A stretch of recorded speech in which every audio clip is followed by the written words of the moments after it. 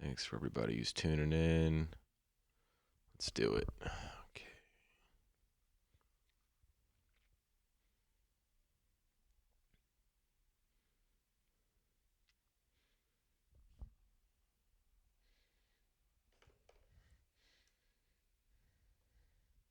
Ladies and gentlemen, welcome back. Welcome back.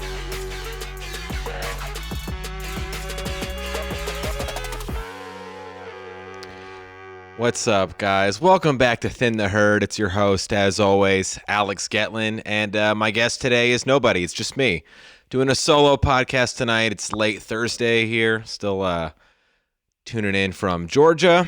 That's where I'm at. Thank you guys. I see you guys chiming in here on Instagram Live and on Facebook. So yeah, man, I think I've been here now about 2 months in Georgia. You know, I'm still officially an LA resident. I didn't leave the city. I'm not gone from Hollywood. I'm still an LA local, but I've been in Georgia for a few months now.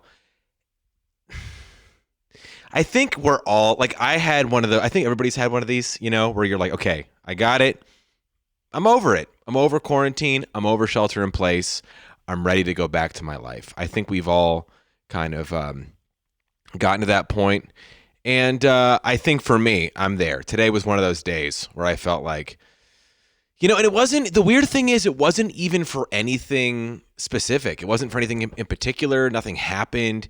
It was just like, dude, enough, enough is enough. I know for me, because I have a lot of friends that are still in LA, a lot of friends that are still in New York, and a good amount of people, family and stuff that are in the middle of the country.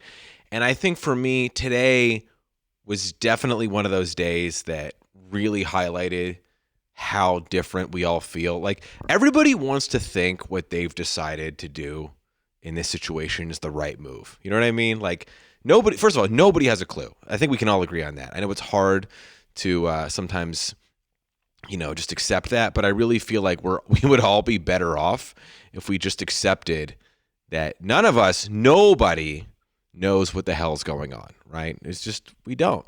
And we're kind of just blindly going through hoping that, whoever's in charge has our best intentions at hand or in mind, or I don't know, whatever the phrase is. But yeah, I'm going to talk about California first, because that's where I, live, I guess, technically, for now at least.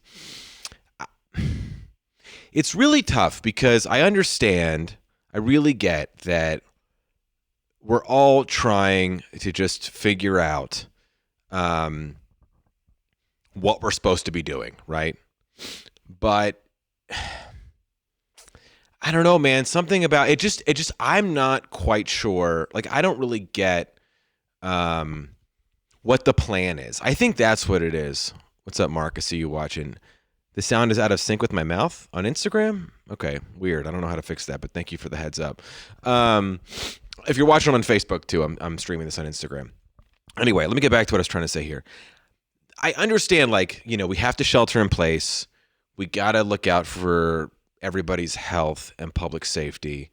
Okay, I guess it's fine. Anyway, let me get back to this. I don't know what the plan is. You know what I mean? Like, I get back in March when we all shut down. I think we all collectively were like, hey, let's just shut down. We don't know what we're supposed to be doing. It seems like this is necessary. And I think for the most part, everybody collectively agreed, you're right, let's do it. Now it's mid-May.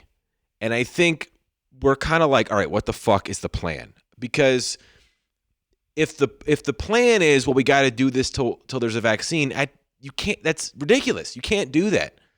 I mean, what do we do? We're just blindly waiting for, hoping that, like, science figures out how to save us, right? Well, that could be forever. So then the only option is that, we slowly reopen society, which I think is we're kind of getting to that point, right? Because the economy, I mean, we can't just keep printing money. Like, that's what one of the things, we need more stimulus, we need more checks, which I agree 100%. I got a stimulus check. I'm very grateful. People are hurting now. But we can't, if we just print money, our whole economy is going to collapse. I know I'm not an economist. I'm not an expert. If any of you guys have if anybody's watching who knows more about this than I do, but it just, I don't quite understand what the plan is in states like California, because it just seems like, hey, we're going to lock down. You know what it feels like? It just feels like the government is sort of saying like, all right, we're just going to lock down and, let's just hope it all works out, which I don't know, man. I feel like every day, I wake up with the choice of being uninformed or misinformed, and I really don't know which is worse. Like at first I was like, all right, just stop reading the news, just go out, exercise, enjoy this free time, which I did for a bit. Today I took a bike ride. I rode my bike for 22 miles. It was awesome. Much needed, recreation to get out. But it's sort of like, now what, dude? What? Yo, what's up, Randy? Thank you for watching. It's just like, okay, we know that the government is lying to us. And we know that the media is lying to us. And we know that corporations are probably lying to us. And it just feels like we're in this weird cycle of like everybody's fucking us and there's nothing we can do, But yeah, today was tough, dude. And it's funny because like I say that and then I feel ridiculous because nothing happened. Like it wasn't tough like something bad happened to me. It was just tough like I just hit my breaking point in a weird way. And nothing, Rachel, my fiance, and I, we're getting along fine. We bicker a bit, but it's still chill.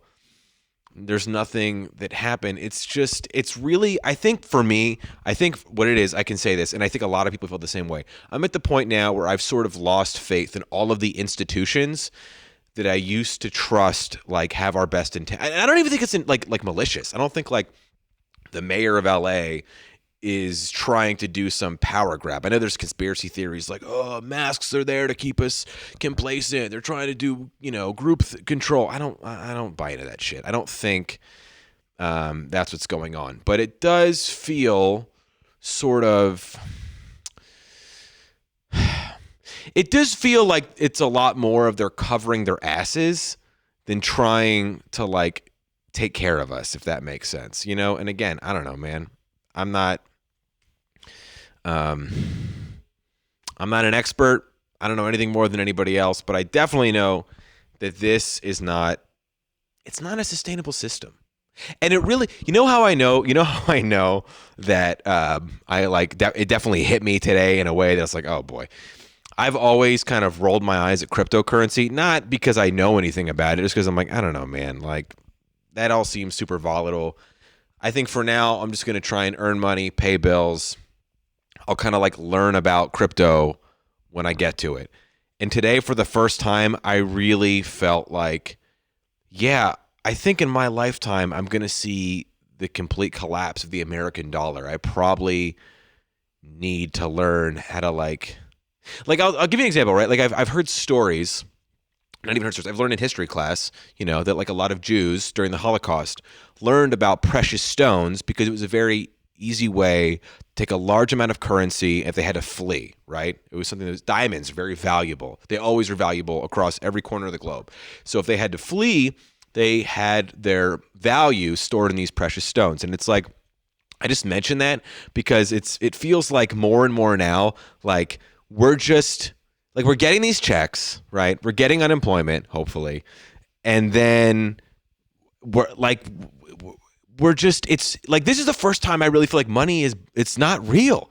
Like we're just going to give it away and then before you know it like a Chipotle burrito is going to cost like $20,000 because everybody has like all of this money that, you know what I mean?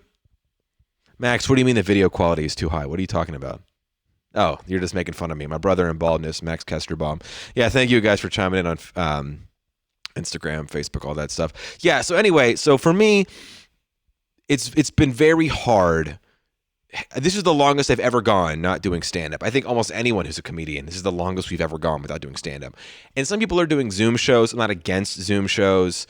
It's just not for me. It's not my thing. I've been offered to do them, and I would rather do this and like other stuff and then do stand up live, for a live audience, I'm saying, for people that are there in person in attendance. But Yeah, I think for any artist out there who's struggling, I don't think the move is, well, just be patient and wait. That's not smart. We do something now. You know, for me, like I've decided I'm going to do this podcast twice a week. If I can do an interview over Zoom, cool. But if not, I'm going to do probably 2 30-ish minute episodes, just riffing about what's going on. Why not? Because I mean, really, as comics, that's all we're doing, right? Is just taking our thoughts and opinions and trying to convey them in a way that's hopefully funny or interesting or both is really ideal. But yeah, I don't know. It's gonna be really. You know what I really do feel like what's gonna be so annoying, and I think it's already happening, is when stuff does come back. There's like people always love to shit on things they're not a part of, right? If they feel like they're missing out, they're not included, or they've chosen to be on the other side, they have to double down on why their decision was right. I mean, we're smart monkeys. We always do this, and I'm so annoyed in like advance thinking about like the first live events that really come back and people go there and like share it, and then all the online haters, they're gonna be like, oh, you shouldn't have done that, you're gonna kill somebody's grandma. Which I know, I get it. I mean, we got to take care of the elderly and the sick and all of that, but it's just what's interesting, tell me if you guys agree with this, people who are watching live, or if you're listening to this later after the fact, message me. I'm very curious what your thoughts are. But I feel like in the beginning, like when COVID first hit, people were pretty cool. People were pretty friendly. And now I kind of feel like people are getting meaner, right? Do you guys agree? Like, I feel like in the beginning, it was new. We were scared. We're in this. It was almost like right after 9/11 in a way. It's like, we're in this together. We got to look out for each other. We're all Americans. And now I feel like, I don't know if it's because some states are open more and others aren't, or we don't have an end in sight. That's got to be a huge part of it, right? Like, we're not getting any answers. Like, we're all just looking for somebody to be like, what is going on? And I feel like people's kindness, at least on the internet, maybe not in person, but on the internet, it's going away, right? Like, it's just gone. It's just people are not being nice to each other the way they used to be. I don't know. Which is a bummer because I feel like in the beginning, I feel like we were doing better in the beginning. Max, I think you're right. Everybody is over it. How could they not be? Like, what are we doing? We're just here, especially that's the most ironic thing is the two, or not the two most expensive, LA and New York, but two of the most expensive cities. Like, everything that makes them awesome is fucking gone, dude. Yeah, thank you, Trudy. You agree as well. That's if I could offer one piece of advice, I would say let's try and improve. Let's first of all agree nobody has an answer here. So if somebody's like this COVID thing is overblown, or they're like, take it seriously, just let them have that opinion, man. You don't know any more than anybody else, right? I just feel, oh, Mark, interesting. Okay, San Gabriel, yeah. I just feel like we're so eager to convince ourselves we figured it out, right? I understand that maybe it makes us feel like, we've got something, we're doing something right, but it's just like that might be the worst thing I've seen, aside from, really terrible things, but things I've seen on social media, everybody just being like, no, this person, you're doing it wrong, I'm doing it right. And like, it never ceases to amaze me the infinite number of ways we will just divide and form new groups. Somehow it turned into like, if you want to open the economy, you want Trump to be president forever. And if you want to stay locked down, you expect the government to just give you free money and you're a lazy, like it's totally possible that you want to stay locked in for safety and you also miss working. Like, I don't know, man. Just again, it's becoming exhausting. Seeing all that, and I know that some people would say, "Oh, well, stop going on the internet. The internet's the problem," and I agree. That is true. The internet is a huge problem here, but now more than ever, you have to be on it. You have to. I mean, you can choose not to read the news. I understand that, sure, but you still. What are we gonna do all day? we can't socialize in person. You can't really get into stores. I mean, you can kind of, but really you have to buy stuff online. So like it's this weird, it's like we know this like toxic energy lives on the internet. And it's like, don't go near it. It's bad. But then everything we need to get by is like through this sea of chaos. And nobody has any answers for us. So I don't know, man. I do think we've become addicted, though, to seeing to seeing chaos and creating, like, we have to create these narratives. I'm going to give an example of something I just saw. And let me finish before you get mad about what I'm about to say. Let me finish the sentence, and then I just want to offer up something as like something to ponder on, right? So I saw there was a story recently where a guy shared a viral video. He was a black guy doing a delivery in a gated community in Oklahoma, and these two white dudes stopped him. They assumed he was a burglar, basically wouldn't let him leave the community until I don't know. They wanted him to like prove he wasn't a burglar. Super messed up. To me, it seemed very racist by those two white dudes, right? They were sketched out because it seemed like a very affluent community. He was a black dude in a delivery truck, which is very strange. Like, why would you assume it's? You can see from like his cell phone video, he's in a giant like moving truck, right? Like, what? First of all, if you're a burglar, you're gonna get in there discreetly. You're not gonna. I mean, I guess technically you could pretend to be a burglar and steal someone's shit. But the thing that was interesting to me that I think we've become obsessed with a bit in media narrative, and I'm not even saying it's bad necessarily, but the white versus black narrative. See, like just for what I mean by that is like, let's say it was like, you know, I don't know, the delivery guy was Asian or Mexican or something, and the other people weren't white. They were some other race. I don't think it would be a story. Like, even if this same exact thing happened, I feel like we would just be like, that's weird. But because, and I'm not saying it's not fair. I mean, obviously, everybody understands the history in this country of what a lot of white people have done to black people is fucking atrocious.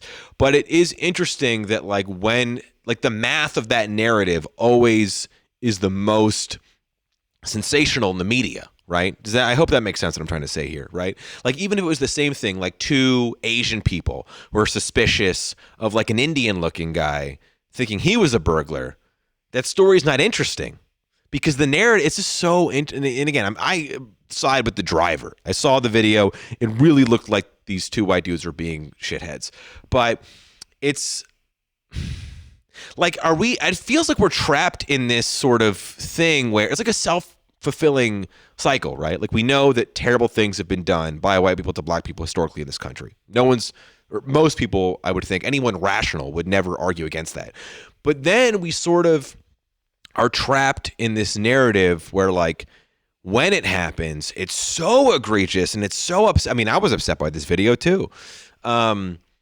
It's just hard. It's like it becomes hard to sort of be objective on these things. I don't really have like a fully formed thesis on this, if you will. I suppose it's just something I've been observing, that it seems like there's almost like altercation math, right? Like, if this group, like, there's just certain things that line up, it always is like the most upsetting and it's so jarring.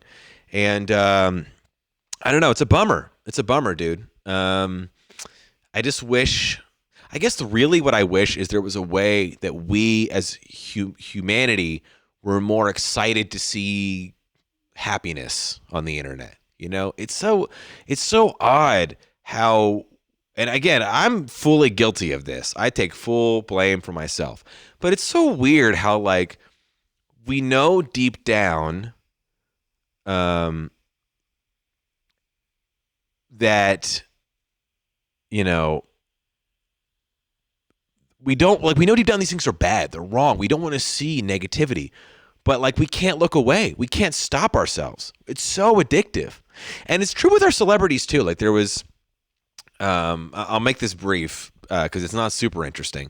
But there's this rapper named Tekashi 69, and very, very short story is that he went to prison for some crimes that were very violent. He ratted on some gang members, and he got a very light sentence. Now he's out again. And the whole thing is like his whole persona, because he ratted on these gang members, it like goes against the whole persona he created as like this gangbanger rapper. But it's like now he's still relevant because we're addicted to seeing like what happens, because like we all want this guy to fail now, right? It's so weird that we've almost created this like internet economy. Like if you can make your, like it's that, if you guys know the Cash Me Outside girl, if you don't know, another example, she was on Dr. Phil.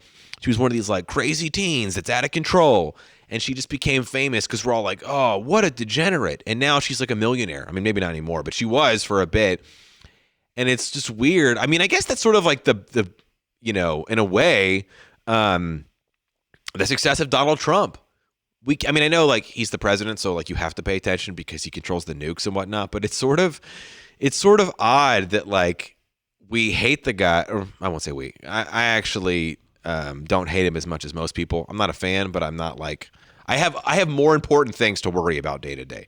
But it does seem sort of strange that like the people who hate him the most like obsess over it. They lack the inability to just like, I don't know, man, it sucks, but I'm gonna go on with my life. And I don't know. I think I really want to try and find more ways to highlight like who's doing good, like who's helping everybody right now. But again, it just seems like we've as a culture, we just are so addicted to this like hate watching of everything. And now more than ever, like now that we can't even like go out and live our lives, it's like almost like that's all we have left. So anyway, I've gone on that topic enough. I want to mention a couple other quick things, and then I'm gonna sign off here. I watched the Capone movie, the new Tom Hardy movie. Rachel, my fiance, and we rented it, and it was terrible. It was one of the worst films I've ever. I'm not kidding. It was one of the worst movies I've ever seen. And I love Tom Hardy, and I love gangster movies, and I was rooting for it in every way. And I mean, it really is awful. If anybody else has seen it, I'm curious if you want to share your thoughts, if you have any opinions on it. And I don't know, man. Anyway, and I'll end it on this last segment for today. So as I said before, I'm gonna do these. I think I'm gonna do this podcast, Thin the Herd, the one I've normally had guests on. I'm gonna do this solo every Thursday and Sunday night, just a bi-weekly thing, kind of chat on what's going on in the world. I'm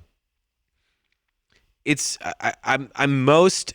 I think we're all kind of like, everybody has like their things that they're specifically worried about and curious, like what's happening with this thing, right? For me, obviously, it's stand-up because it's my favorite thing, and entertainment in general. You know, my friends who work in Hollywood, who are in some like of the prop makers unions and other stuff, they've told me they've heard from their people that productions won't be back, you know, in like doing what they're doing for about until January. Which again, I just, you know, like I said, I don't think the people who are running California have bad intentions, but it just seems sort of weird. Oh, my dad's watching. Hi, Dad. Like I don't know, man. Like what do they think is the plan overall, right? Like we can't, it just seems weird that they're just like, all right, we're just going to print money and hope that it all works out. Which this is the first. I'm 32 years old. Okay, I've been in LA off and on about 10 years. This is the first time in my life that I've really felt like, yeah, I think we're about to see everything fall apart. And I know a second ago I was like, we got to be positive, we got to look out for each other, and I still mean that. But I don't know, dude. It's sort of like, it feels like everybody who already was super powerful and had the means to screw us now is even like more apt to do that. And everybody, like, dude, I worked for a company. I won't say what it is on here because I don't know if the owner wants it shared, but I worked for two companies. One was an events company. The other was like a tour bike rental shop. And they're both completely fucked. Like, not getting any help, completely, basically fell apart because that's it. That's like the new world, and it's just, I don't know, man. I don't know. And there's just some economies that can't translate to online. So I guess I'll wrap this up by saying, I'm going to be doing this solo twice a week. I'm still kind of playing with the format. I'm used to having a guest on, so it's a little bit different for me to do kind of like the just me straight to camera, but I appreciate you guys tuning in. These are always on Spotify and iTunes and all that good stuff too. But yeah, just try. That's what I'm going to be focusing on. Pointing out what I think is absurd. I don't want to just do bad news and stuff, but like pointing out like what I think is broken in our system and what we should be doing to try and fix it. I think now more than ever, that's what we got to focus on, figuring out what we can do to just help everybody else get by, man. To just help try and figure out, like, I don't want to say we're all in this together because that phrase is so. We're all in this together is like saying like all lives matter. Like there's no way to say it and not like incite people because, it's such a loaded statement. Which is sort of ironic because all lives matter used to be like a more conservative right wing leaning thing that was like for people who, right? It's like it's almost saying like all lives matter. Like a few months ago was basically saying, you're not for the Black Lives Matter movement, but now saying all lives matter is like you're saying you want to be on lockdown. I'm just saying like all these phrases nobody knows what anything means anymore. But I will say, last thing I'm going to say, thank you, Trudy, by the way, for tuning in. You're so sweet, and we really appreciate you watching House Rules. That's the podcast my fiance and I, Rachel, we do every Monday night, by the way, 8:30 Eastern, 5:30 Pacific. If another company says we're all in this together, I'm just going to boycott you because we're not. You're not, unless you're like a small business. Any big business that says we're all in this together, you're just fucking lying. You're lying. Did you get a bailout? Yes. Are you helping people who are struggling directly? No, then we're not all in this together. We're not even all in this kind of. So anyway, all right, I've ranted enough. Appreciate you guys tuning in. And I'm going to try this again next week. So thank you guys. And that's it. See you later.